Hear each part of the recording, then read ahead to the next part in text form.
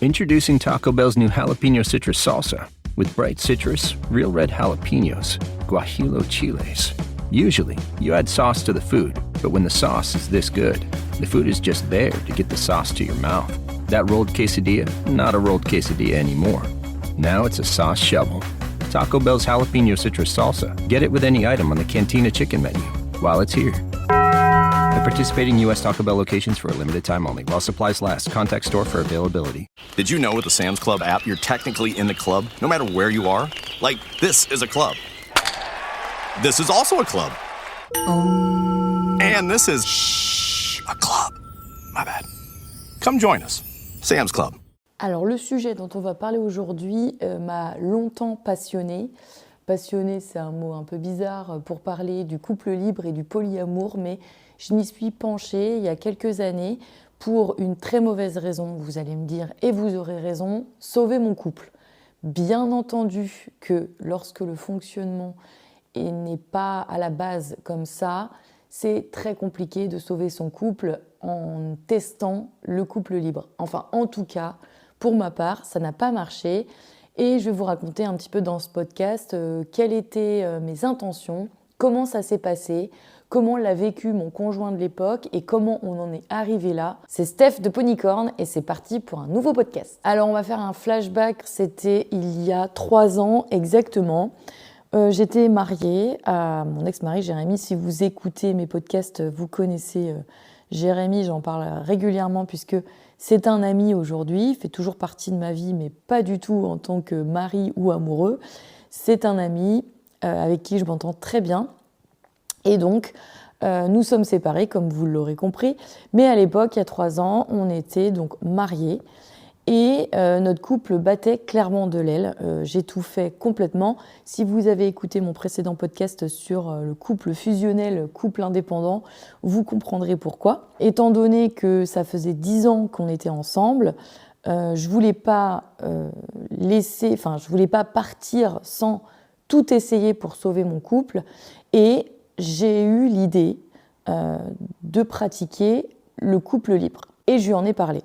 Alors, c'est pas quelque chose de nouveau, le fait d'en parler dans notre couple à l'époque avec Jérémy, puisque quand on s'est rencontrés, je lui avais dit, alors je sais pas, comme une prémonition, je lui avais dit, à 40 ans, je suis sûre que j'aurais envie de tester des nouvelles pratiques, pourquoi pas de l'échangisme ou des choses comme ça. Lui m'avait dit, écoute, moi, l'échangisme, c'est pas du tout mon délire, j'ai pas envie de voir un mec avec toi, ça me bloquerait. Mais je suis pas fermée au couple libre, je vais réfléchir parce qu'effectivement notre couple allait très mal et c'était soit la séparation directe, soit on testait ça. Et c'est vrai que moi j'ai tout fait complètement en fait dans mon couple et j'ai comme je vous l'ai dit régulièrement dans mes podcasts, je n'ai pas été célibataire très longtemps dans ma vie, c'est-à-dire qu'à chaque fois j'étais célibataire 1 mois ou 2 et je me remettais en couple avec la personne pour du long terme, j'habitais tout de suite avec, etc.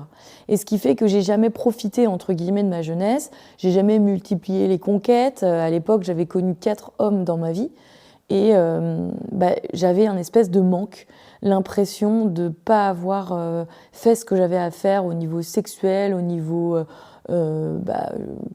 amour, rencontrer des hommes, etc., etc. À l'époque, j'avais même l'envie de tester avec une femme, même si je ne suis pas attirée par le sexe féminin, c'était pour tester des nouvelles expériences. J'étais curieuse et du coup, je lui en avais parlé, je lui avais dit, voilà, est-ce que tu es d'accord si du coup, tu ne veux pas faire d'échangisme, chacun de notre côté, on se laisse libre en se donnant des règles. Ça a mis, je vous le cache pas, plusieurs mois, où lui, il espérait que je change d'avis, parce que c'était pas du tout son délire à la base, mais il l'a fait par amour, c'est clairement le cas. Avec le recul aujourd'hui, c'est ce que je me dis, et pour sauver notre couple, il s'est dit, bon, testons ça. Et c'est vrai que lui, au début, il avait beaucoup de mal avec ça, et puis petit à petit, il s'est pris au jeu, et lui aussi, il a testé, du coup, avec d'autres femmes. Et c'est vrai que moi, ce qui a clairement joué dans cette envie de couple libre, c'est que j'ai été attirée par un des collègues de Jérémy à l'époque. Et je me suis dit, c'est pas normal que je sois attirée par d'autres hommes alors que je suis mariée, donc j'ai besoin de faire des expériences. Au bout de plusieurs mois, on en a rediscuté. Jérémy m'a donné le feu vert. Il m'a dit que lui, il n'était pas sûr qu'il le fasse. Je lui ai dit, écoute, si tu as envie de tester, tu testes. Moi, je te donne aussi le feu vert. Si tu n'as pas envie, voilà. Le principal, on sait ce qu'on s'était dit, c'est qu'on en parle, on sait avec qui on est, on ne se cache rien. Donc, c'était vraiment nos règles du jeu, hein. On ne se cachait rien, on se disait tout. On se géolocalisait aussi, parce que pour ma part, il était inquiet parce que je m'étais mis notamment sur des applis de rencontres, donc je pouvais aller potentiellement avec des hommes bizarres, donc entre guillemets, hein, parce qu'il n'y a pas que des hommes bizarres sur les applis de rencontres, mais il y en a quand même quelques-uns. Et voilà, c'était très clair. Aussi, on avait une règle de privilégier notre couple et nos sorties en couple à nous, plutôt que nos couples libres, nos histoires. Donc en gros, ça s'articulait comme ça le programme, c'est-à-dire que la semaine, on faisait un petit peu ce qu'on voulait, et le week-end, on se gardait le week-end pour sortir, nous, en couple, à deux. C'était nos règles du jeu. Au début, clairement, moi, ça m'a donné un espèce de souffle d'air incroyable, où je me suis sentie vraiment très bien, où j'ai eu de nouveau des sentiments fort pour mon mari, parce que je me suis dit, je pense que c'était vraiment de la reconnaissance envers lui, de me laisser justement cette liberté dont j'avais tellement besoin. Et vu que j'ai tout fait complètement dans notre couple, ça me faisait un grand bien, mais c'était extraordinaire. Du coup, j'ai multiplié les rencontres à cette époque-là. Je ne suis pas tombée sur des mecs bien, notamment je suis tombée sur Pablo, un abonné à moi de Ponycorn, pervers narcissique, dont j'ai fait un podcast si vous voulez l'écouter. Et sur le fameux claqueur de chatte dont j'ai fait un podcast si vous voulez l'écouter. Bref, le Léo de Nantes, pareil, où j'ai fait un podcast où le mec qui voulait absolument que je lui fasse une sucette, ça s'appelle. Bref, vous pouvez écouter toutes mes aventures de couple libre. Vous allez voir, c'est assez risible. Donc j'ai multiplié les conquêtes. Je suis tombée amoureuse pendant cette période-là de couple libre, c'est-à-dire que je suis tombée amoureuse d'un autre homme, de ce fameux Pablo pervers narcissique. Et du coup, de couple libre, je suis venue à explorer le polyamour, c'est-à-dire qu'on peut être amoureux de plusieurs personnes. Alors aujourd'hui, clairement, je peux vous dire que oui, c'est totalement possible. Moi, j'y croyais pas forcément avant de l'avoir vécu. Je me disais, être amoureux de plusieurs personnes, c'est quand même bizarre. Enfin, c'est bizarre. C'est quasiment impossible. Moi, tout mon cœur est rempli pour une personne, etc. Et au final, pas du tout. Et c'est exactement le même principe, je dirais, qu'un amour dans une famille. C'est-à-dire que si vous avez plusieurs frères et sœurs, vous aimez tous vos frères et sœurs, de la même manière, ou quasiment. Et le polyamour amoureux, c'est exactement la même chose. Vous aimez plusieurs personnes pour leurs qualités, leurs défauts, de façon différente. C'est pas le même amour. Enfin, je dirais, vous les aimez pas pour la même raison, les mêmes choses. Et donc j'ai vécu ça pendant quelques mois, où j'ai été amoureuse donc de Pablo, pervers narcissique, malheureusement, et de Jérémy, mon mari. Et je ne pouvais pas choisir entre les deux. C'était impossible pour ma part. Donc Jérémy ne me demandait pas de choisir, hein. Il m'a énormément soutenue pendant cette période. Ça a été vraiment quelqu'un d'exemplaire. Il m'a épaulée beaucoup parce que j'ai beaucoup souffert avec ce Pablo. Vous l'écouterez dans le podcast que j'ai fait de lui, là, l'abonné pervers narcissique. Et Jérémy m'a jamais demandé de choisir. Il a toujours accepté la situation. Et il m'a toujours dit que si moi, ça me rendait heureuse, tant mieux. Tant mieux, et puis voilà. Il n'était pas d'accord sur certaines choses parce que du coup, la passion amoureuse du début faisait que j'allais un peu trop souvent chez Pablo. Et Pablo, lui, ne supportait pas cette situation de devoir partager en fait sa copine en fait avec le mari de sa meuf. Lui, le polyamour, c'était clairement pas son délire. Mais aujourd'hui, je pense que c'était une situation nécessaire pour savoir où est-ce que j'en étais. Ça m'a mis dans la confusion pendant plusieurs mois, mais j'avais besoin de ça pour comprendre que mon couple, il était foutu, quoi. Alors c'est vrai que couple libre, moi, pendant plusieurs mois, ça a duré à peu près 6 mois, 6-8 mois. Ça m'a vraiment apporté un souffle d'air. J'ai même cru vraiment pendant tout un moment que ça sauverait mon couple, jusqu'au moment où je suis tombée amoureuse de Pablo, parce que j'ai vu que ça créait de la souffrance, et du côté de Pablo, et finalement aussi du côté de Jérémy. Et du coup, je me suis dit, moi aussi j'étais malheureuse, forcément, puisque je rendais tout le monde malheureux, et je me suis dit, il faut faire quelque chose, il faut faire un choix. J'ai rompu avec Pablo, parce que la situation devenait dingue. Alors lui, il m'a laissé tomber dans un premier temps, puis après il m'a récupéré, en tout bon pervers narcissique, bien entendu. Et après, moi, j'ai mis un stop, j'ai plus voulu le voir. Ça a pris quelques mois après pour que je me rende vraiment compte que avec Jérémy, c'était vraiment foutu, parce que après Pablo, j'ai eu d'autres histoires de couple libre, de sexuel plan cul, quoi. Et en fait, je me suis aperçue que je m'éclatais plus je me sentais mieux quand j'étais seule et dans mes histoires de couple libre, de plan cul, que quand je passais des week-ends avec lui où on n'avait plus rien à se dire. C'était boulot, boulot, boulot, boulot. On parlait que de boulot, parce qu'il travaillait avec moi. On n'avait plus rien à se dire. Il n'y avait plus rien sexuellement, plus rien.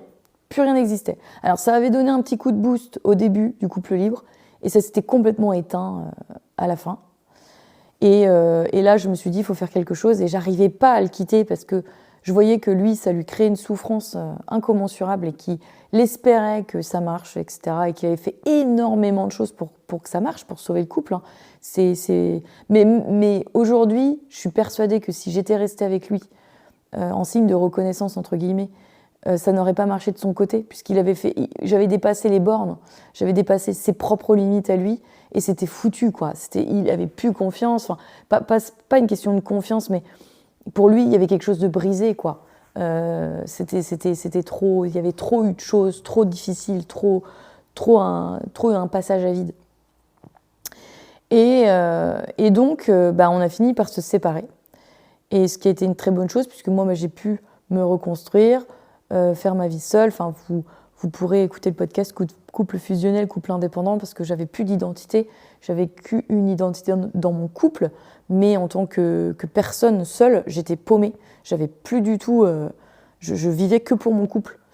Et ça m'a permis vraiment d'avoir un nouveau départ et une meilleure vie aujourd'hui.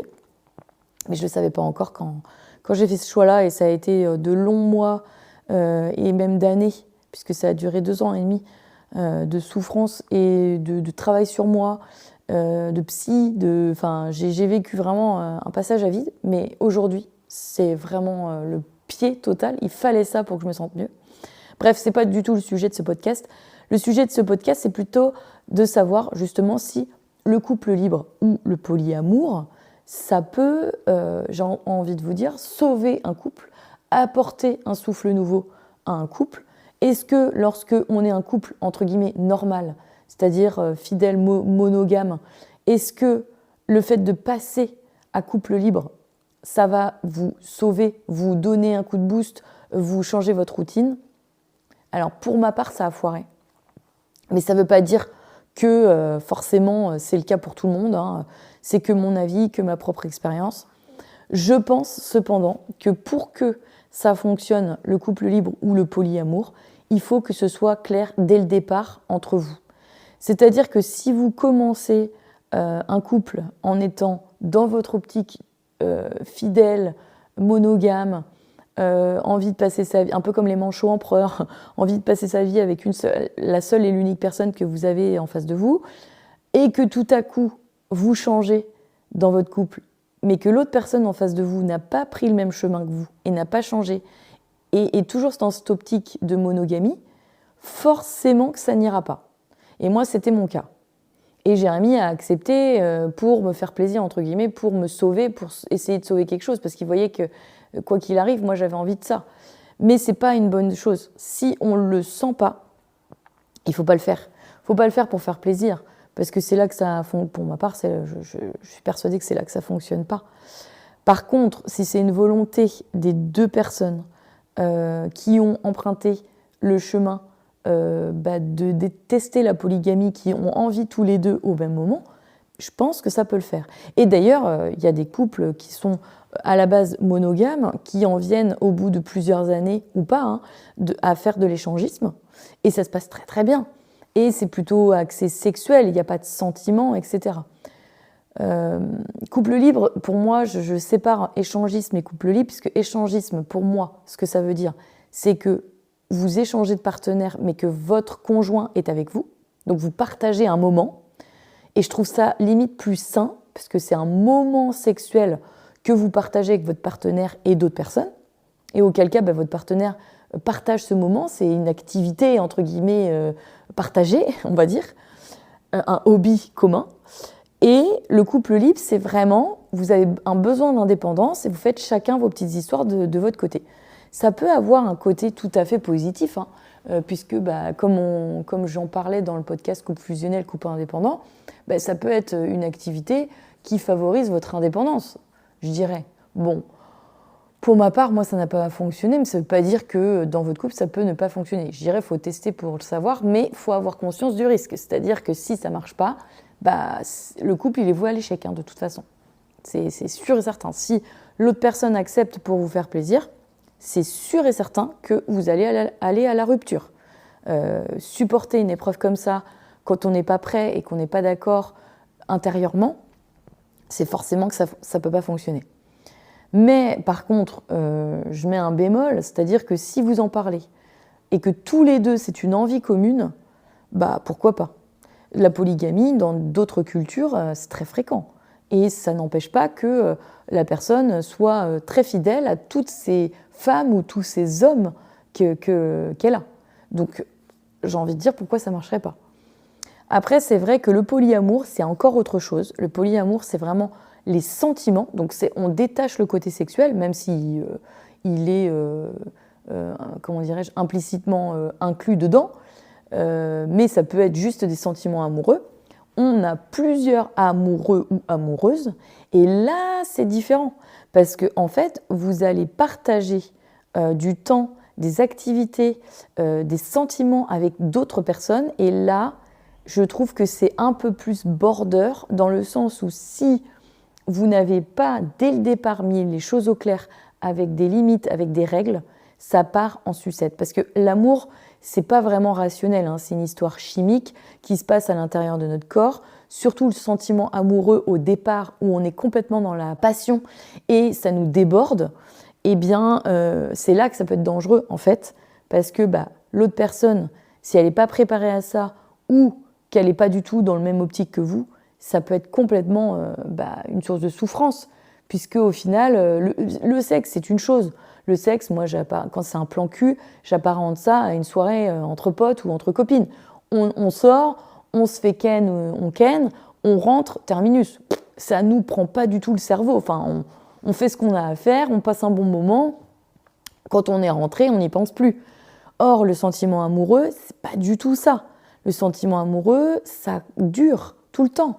Une chanson peut nous faire penser à l'autre, un objet, une odeur. Et du coup, l'autre personne est tout le temps avec nous. Donc, dans le polyamour, il faut accepter que, par exemple, son conjoint, s'il est polyamoureux, ait plusieurs femmes auxquelles il va penser pour un parfum, une chose, un objet, une situation, un voyage. Et auquel cas, au moment où il est avec vous, il peut penser à une autre.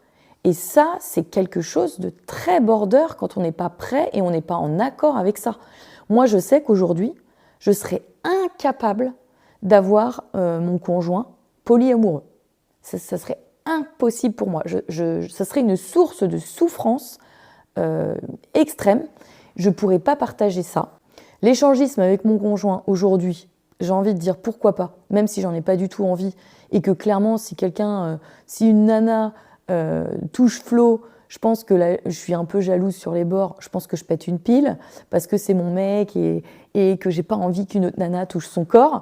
Mais je suis quand même plus open à ce type de choses qu'au polyamour, où là, clairement, les sentiments pour moi, si Si pour moi Flo avait d'autres sentiments pour une personne et qu'il me disait écoute, je t'aime autant que l'autre personne, mais je suis polyamoureux, non, je pourrais pas.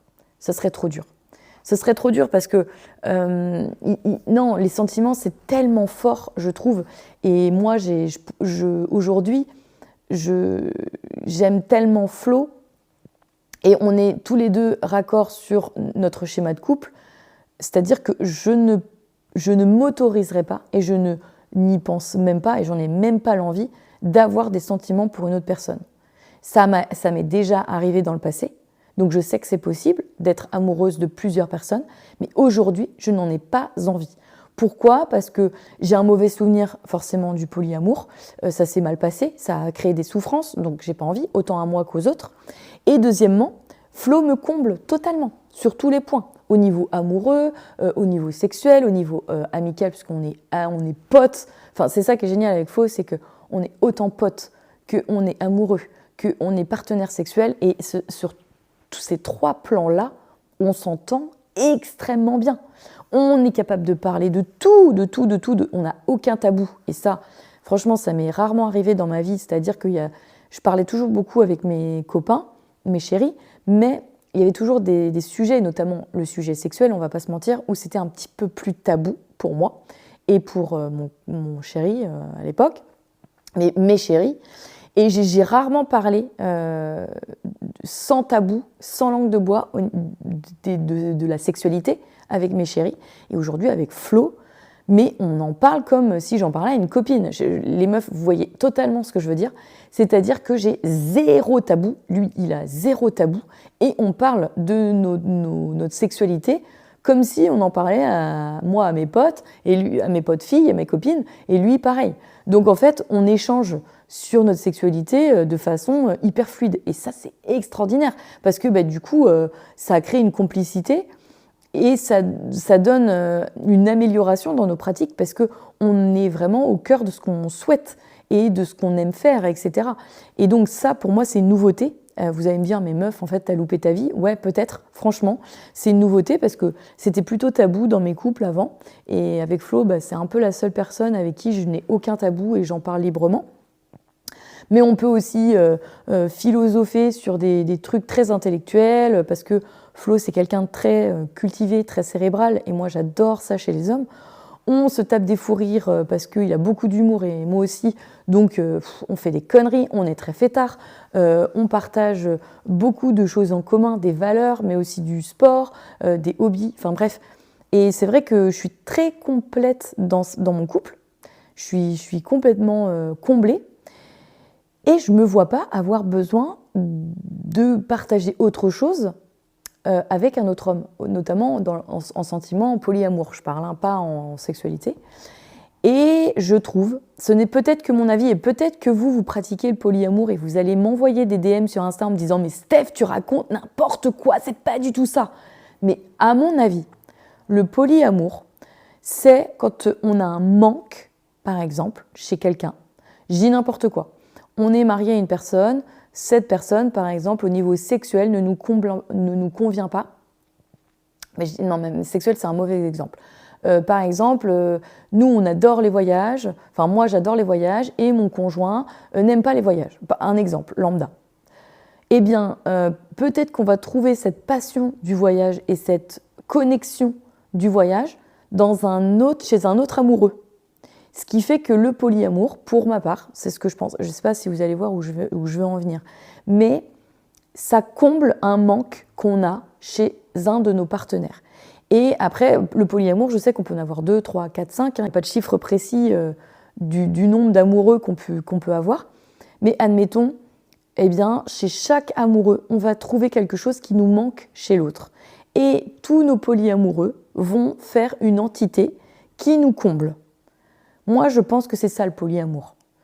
Peut-être que vous êtes polyamoureux et vous allez me dire « mais tu te trompes total ». Ou au contraire, ouais, c'est vrai.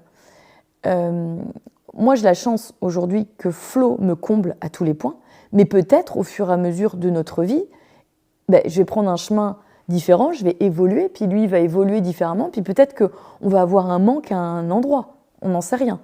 Moi, en tout cas, c'est vrai que pour l'avoir vécu, le polyamour, et ça s'est mal passé, Je pense que j'ai un trauma aussi vis-à-vis de ça. Je ne souhaite pas réitérer l'expérience. Après, tout ce qui est sexuel et tout ça, c'est différent, j'ai envie de dire. Parce que moi, si mes sentiments vont être exclusifs à Flo, j'ai envie de dire, les pratiques sexuelles, moi, je suis quelqu'un d'assez ouvert. Aujourd'hui, clairement, j'ai pas du tout envie d'avoir d'autres expériences sexuelles qu'avec Flo, puisque, encore une fois, il me comble totalement. Et j'aurais du mal à accepter qu'une autre femme puisse le toucher. Ça me gênerait énormément. Je supporterais pas. Et lui, inversement. Donc, la question ne se pose pas. Mais c'est vrai que dans le futur, si on en éprouve le besoin tous les deux, de partager quelque chose à deux différent sexuellement, pourquoi pas. Mais moi, ça serait dans l'optique de partager avec lui et pas de réitérer cette expérience de couple libre où on est chacun, on fait nos petites affaires, chacun de notre côté, et au final, on partage rien. Et c'est ce qui crée de la distance, je trouve, un fossé. Et c'est vrai que pour ma part, le couple libre, c'est pareil. C'est pas une bonne expérience dans le sens où ça a foiré, moi. Donc c'est vrai que si je dois, au niveau sexuel, pratiquer autre chose, je pense que je me tournerai plus vers l'échangisme. Et encore une fois, n'allez pas croire que c'est une annonce ou quoi que ce soit. Non, absolument pas. Je ne suis pas dans ce délire-là pour l'instant. Je me projette dans le futur. C'est-à-dire que si avec Flo, dans 20 ans, alors dans 20 ans, j'aurai 60 ans, je serai peut-être plus dans ce délire-là non plus, mais dans 20 ans, si sexuellement je m'ennuie avec Flo, entre guillemets, ou on a besoin de nouveautés, peut-être, l'échangisme, moi, je ne suis pas fermée. Lui, c'est une autre histoire. Je pense pas que ce soit trop son délire. Enfin, on en a déjà discuté. Lui, clairement, il me dit que c'est pas son délire. Mais je pense que c'est mieux de partager quelque chose comme ça à deux plutôt que le couple libre où on est chacun de notre côté. Bref, je trouve que c'est un sujet passionnant. Donc, si vous avez envie de me faire vos retours, si vous avez déjà pratiqué la liberté dans le couple, le libertinage, clairement, ça s'appelle comme ça aussi, ou si vous avez été polyamoureux ou que vous l'êtes, eh bien, dites-le moi. Partagez-moi votre expérience en DM, donnez-moi vos avis, parce que ça m'intéresse. Si vous êtes également échangiste et que vous partagez ça avec votre conjoint, dites-moi ce que ça vous procure, ce que vous avez eu comme avantage ou comme inconvénient. Enfin, moi, ça m'intéresse de ouf quand vous me faites vos retours de podcast, soit en commentaire directement sous le podcast, bien sûr, soit en DM sur Insta. J'adore parce qu'on a des conversations souvent avec des inconnus puisque je ne vous connais pas et je trouve que c'est passionnant. Enfin, ça m'est arrivé d'échanger de longs messages vocaux avec vous, abonnés, ou vous, auditeurs de podcast. Et j'ai trouvé ça extrêmement enrichissant. Même quand vous n'avez pas, et surtout j'ai envie de dire quand vous n'avez pas le même avis que moi, parce que ça m'apporte une autre vision. Donc n'hésitez pas à m'envoyer un petit DM sur Insta, ponycorn-le-blog ou ponycorn-lifestyle. Je vous répondrai avec grand plaisir. C'était Steph de Ponycorn. On se retrouve tous les mardis et vendredis à 22h pour un nouveau podcast. Et je vous dis à bientôt.